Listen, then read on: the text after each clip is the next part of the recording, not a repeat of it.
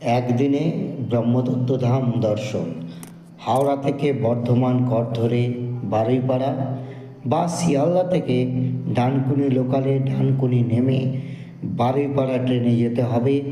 ভাড়া দু লাইনেই 10 টাকা করে লাগবে। বারুইপাড়া নেমে স্টেশনের বাইরে অটো ধরে ব্রহ্মদত্ত ধাম 15 টাকা করে নেবে অটোয়। ব্রহ্মদত্ত ধাম প্রায় 200 বিঘা এলাকা জুড়ে অবস্থিত। ব্রহ্মা বিষ্ণু মহেশ্বর দর্শন, কূর্মদেবতা দর্শন, শিবের মূর্তি দর্শন, শেষে আরতি হয়। সেই আরতির পরে আপনারা কুপন নিয়ে লাইন দিয়ে ভোগ খেতে হবে। সকলেই ভোগ প্রসাদ পাবেন। সুন্দর মনোরম গ্রাম্য পরিবেশের একদিনের ছুটি কাটানোর এক বিরাট সুযোগ।